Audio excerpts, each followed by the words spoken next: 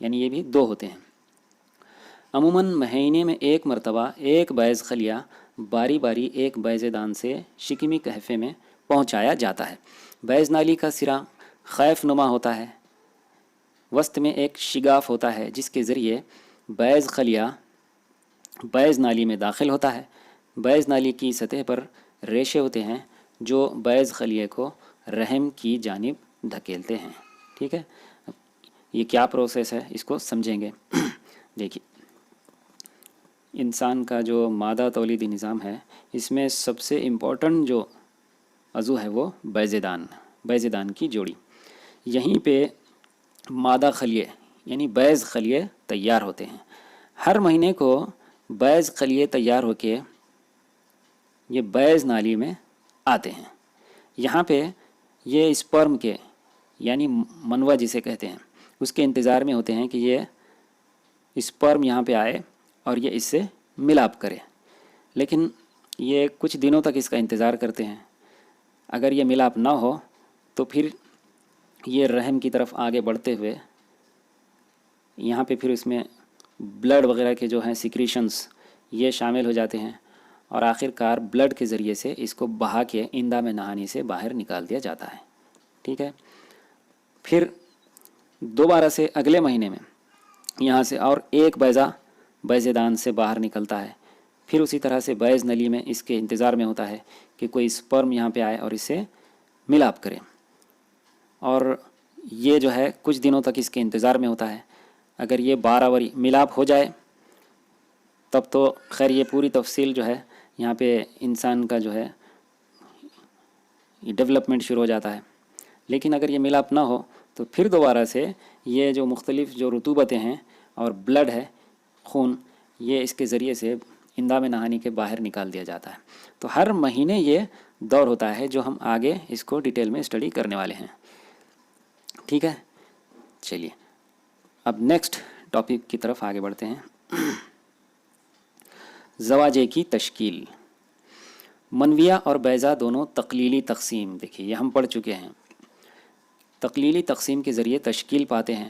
مرد کے فوتوں میں بلوغت کے بعد انتقال تک منویے تیار ہوتے رہتے ہیں۔ مادہ جنین کی پیدائش کے وقت بیض دان میں 2 سے 4 ملین خام بیضے ہوتے ہیں۔ 2 سے 4 ملین یعنی 20 لاکھ سے 40 لاکھ خام بیضے ہوتے ہیں، لیکن عورت کے بیض دان میں بلوغت کے بعد سینہ یاس تک عموماً 45 سال تک ہر مہینہ ایک بیضہ نشو نما پا کر بیض نالی میں آتا ہے۔ مادہ تولیدی نظام کے فعل کے بند ہو جانے کو سینہ یاس کہتے ہیں۔ 45 سے 50 سال عمر تک عورتوں کے جسم میں مادہ تولیدی نظام پر کنٹرول کرنے والے محرکات کا افراز بند ہو جاتا ہے، اس لیے اسے سینہ یاس کہتے ہیں۔ دیکھیے سینہ یاس آپ کو ایگزام میں بھی سوال پوچھ سکتا ہے، تو ایکچولی یہ ہے کیا پروسیس اس کو سمجھیں گے۔ دیکھیے مادہ کی پیدائش کے ساتھ ہی اس کے یہ جو بیضہ دان ہے اس میں 2 سے 4 ملین یعنی 20 لاکھ سے 40 لاکھ تک بیضے خام بیضے اس میں ہوتے ہیں۔ ٹھیک ہے، اب ہر مہینے یعنی سن بلوغت بالغ ہونے کے بعد ہر مہینے کو ایک بیضہ اس میں سے باہر نکلتا ہے۔ ٹھیک ہے، اور جیسے میں نے بھی کہا کہ بیض نالی میں رہ کے وہ انتظار کرتا ہے اسپرم کا۔ اسپرم نہیں آئے تو کچھ دنوں کے بعد اسے بلڈ کے ذریعے سے باہر بہا دیا جاتا ہے۔ تو ہر مہینے ایک بیضہ یہاں سے خارج ہوتا ہے۔ یہ کب تک ہوتا ہے؟ سینہ یاس تک ہوتا ہے۔ سینہ یاس کے معنی ہوتے ہیں نا امیدی، ہے نا۔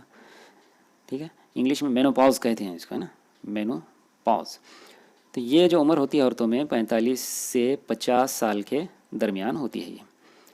تو تب تک یہ کیا ہوتا ہے، ہر مہینے یہ پروسیس ہوتا ہے کہ ہر مہینے یہاں سے ایک بیضہ نکلتا ہے اور انتظار میں رہتا ہے کہ وہ برابر ہو جائے، کہ اس کا ملاپ ہو جائے اسپرم کے ساتھ۔ ٹھیک ہے، لیکن جب یہ 45 سے 50 سال کی عمر ہو جاتی ہے عورتوں کی تو اس وقت یہ سینہ یاس میں یہ عمل ہو جانا بند ہو جاتا ہے۔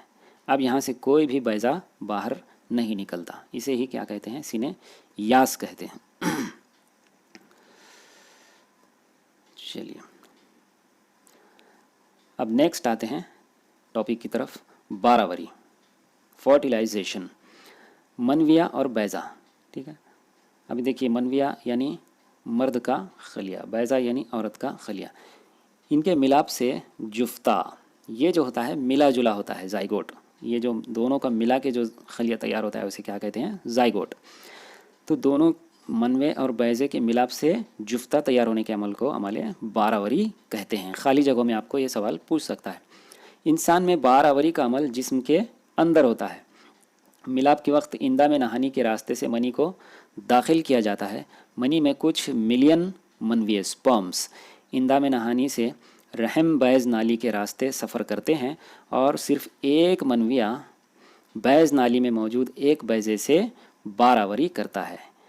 بلوغت کے بعد سن یاس تک، یعنی سن بلوغت جو ہوتی ہے عورتوں کی، یعنی 10 سے لے کے 17 سال تک یہ بالغ ہونے کی عمر ہے، 10 سے لے کے 17 سال کے درمیان. تو تب سے لے کے 45 سے 50 سال تک، یعنی سن یاس تک، ہر ماہ ایک بیضہ بیضیدان سے باہر آتا ہے.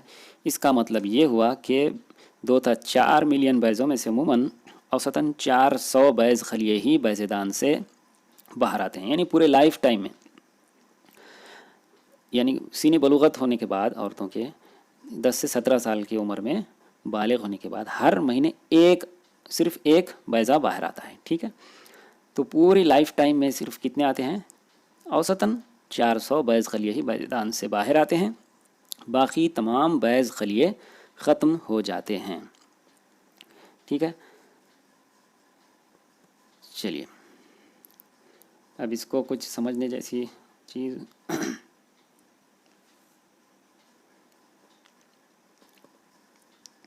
ہاں دیکھیں یہاں پہ آپ کو شکل دی ہوئی ہے کس طرح سے. دیکھیے بیض خلیہ بڑے والا، اور یہ منویہ یعنی اسپرمز. یہ اسپرمز جو ہے نا منی کے اندر ملینس آف ملینس، لاکھوں کی تعداد میں جو ہیں اس کے قریب آتے ہیں ملاپ کے لیے. ٹھیک ہے، اور کوئی ایک خلیے سے، کسی ایک اسپرم سے ہی اس کا ملاپ ہوتا ہے، اور باقی کے جتنے بھی لاکھوں منوی ہوتے ہیں وہ پورے ضائع کر دیے جاتے ہیں. ٹھیک ہے، چلیے اب دیکھیں یہاں پہ آپ کو کچھ انفارمیشن دی ہوئی ہے. یہ والی سن یاس قریب آنے پر آخری کچھ سالوں میں بیضیدان سے باہر آنے والے بیض خلیات کی عمر 40-50 سال ہوتی ہے. ان میں تقسیم کی صلاحیت کم ہوتی ہے، یعنی عورت کی پیدائش کے وقت ہی اس کے بیضیدان میں جو بیضے ہوتے ہیں تو عمر کے 40-50 سال کے پہنچنے تک ان بیضوں کی جو عمر ہو جاتی ہے، بیض خلیات کی عمر 40 سے 50 سال ہو جاتی ہے. ان میں تقسیم کی صلاحیت کم ہوتی ہے، اس لیے ان میں تقلیلی تقسیم مکمل نہیں ہوتی. ایسے بیض خلیے اگر باراور ہو جائیں تو ان سے پیدا ہونے والی اولاد میں چند نقائص، یعنی کچھ پرابلمز، کچھ خرابیاں، کچھ کمیاں جیسے ڈاؤن سنڈروم ہو سکتے ہیں. 9th کلاس میں ہم اس کے ڈیٹیل پڑھ چکے ہیں کہ جینیٹک ڈس آرڈر کس طرح سے ہوتے ہیں. تو آپ کو سائنسی وجوہات میں یہ سوال پوچھ سکتا ہے کہ زیادہ عمر کی عورتوں میں پیدا ہونے والے بچوں میں یا اولاد میں نقص پیدا ہو سکتے ہیں، تو اس کا یہاں پر آپ کو جواب موجود ہے. ٹھیک ہے، چلیے نیکسٹ ٹاپک. اب دیکھیے یہ والا چونکہ آپ کے مارچ 2021 میں یہ ٹاپک کو کم کر دیا گیا ہے. یہ والا بھی جو دیکھ رہے ہیں آپ مارچ 2021 کے ایگزام میں آپ کو یہ آنے والا نہیں ہے. ٹھیک ہے، نیکسٹ یہ والا پورشن بھی آپ کو مارچ 2021 میں پوچھا نہیں جانے والا ہے. چلیے اب اس کے بعض والا ٹاپک دیکھتے ہیں. اسے ہمیشہ ذہن میں رکھیں، زوجین کو لڑکا یا لڑکی کی پیدائش کلی طور پر مرد پر منحصر ہوتی ہے. سائنسی وجوہات میں یہ سوال آپ کو پوچھ سکتا ہے. اور اس سے پہلے ہم نے جو 2 اشکال کے ذریعے سے انسانی تولیدی نظام کا مطالعہ کیا ہے، یعنی کہ انسانی نر تولیدی نظام اور انسانی مادہ تولیدی نظام، اس میں آپ کو شکل بھی آ سکتی ہے، مطلب شکل دی ہوئی ہوگی اور آپ کو اس کو نامزد کرنا ہوگا، یا پھر آپ کو یہ سوال دے سکتا ہے کہ انسانی مادہ تولیدی نظام میں درج ذیل حصوں کو نامزد کیجیے یا بتائیے، تو آپ کو صرف اتنے ہی پارٹ کو بتانا پڑے گا، جیسے بیضدان آ سکتا ہے، پھر اوویڈکٹ یا فیلوپین ٹیوب جسے کہتے ہیں، بیض نلی اس کا آ سکتا ہے، اندام نہانی، اس طرح سے 2-3 پارٹس آپ کو دے سکتا ہے۔ ویسے ہی نر تولیدی نظام میں بھی آپ کو 2-3 اعضاء کے نام نامزد کرنے کے لیے دے سکتا ہے، ٹھیک ہے، یا پھر آپ کو اس کے جو ہے افعال بھی مختلف بیان کیجیے، یا پھر اس کو آبجیکٹیو ٹائپ میں بھی یہ کویشچن پوچھ سکتا ہے۔ خیر چلیے اب ہم آگے بڑھتے ہیں۔ یہاں پہ زوجین کو لڑکا یا لڑکی کی پیدائش کلی طور پر مرد پر منحصر ہوتی ہے۔ جفتے کی تیاری کے جفتہ جیسے ہم نے ابھی دیکھے ہیں نا، زائگوٹ جسے کہتے ہیں، ملا جلا، جفتے کی تیاری کے وقت مرد کے جنسی کروموزوم ایکس یا وائی اگلی نسل میں منتقل ہوتے ہیں۔ عورت کے ذریعے صرف ایکس کروموزوم ہی اگلی نسل میں جاتے ہیں۔ باراوری کے وقت اگر مرد کی طرف سے ایکس کروموزوم آتے ہیں تو لڑکی پیدا ہوتی ہے، اور اگر وائی کروموزوم آتے ہیں تو لڑکا پیدا ہوتا ہے۔ یہ آپ کو سائنسی وجوہات میں لکھنا ہے پوائنٹس بنا کے۔ اگر یہ سوال آ جائے کہ بچے کی جنس مرد پر منحصر ہوتی ہے، اس طرح کا سوال آ سکتا ہے۔ ان معلومات کے تحت لڑکی کی پیدائش پر عورت کو ذمہ دار ٹھہرانا کہاں تک درست ہے؟ یعنی یہ نہایت غلط بات ہے کہ اگر لڑکی پیدا ہوئی تو عورتوں کو قدیم لوگ ذمہ دار ٹھہراتے تھے، یہ غلط بات ہے۔ مادہ جنین کا قتل روکنے کے لیے ہم سب کو کوشش کرنا لازمی ہے، یعنی استری بھرون ہتیا، یعنی پیٹ ہی میں جو مادہ جنین ہے اس کو ہلاک کر دیا جا رہا ہے، اس کے خلاف اس کو روکنے کے لیے ہم سب کو کوشش کرنا چاہیے، ٹھیک ہے۔ تو اس کے آگے کے ٹاپک ہم انشاءاللہ نیکسٹ ویڈیو میں کور کریں گے۔ Thank you.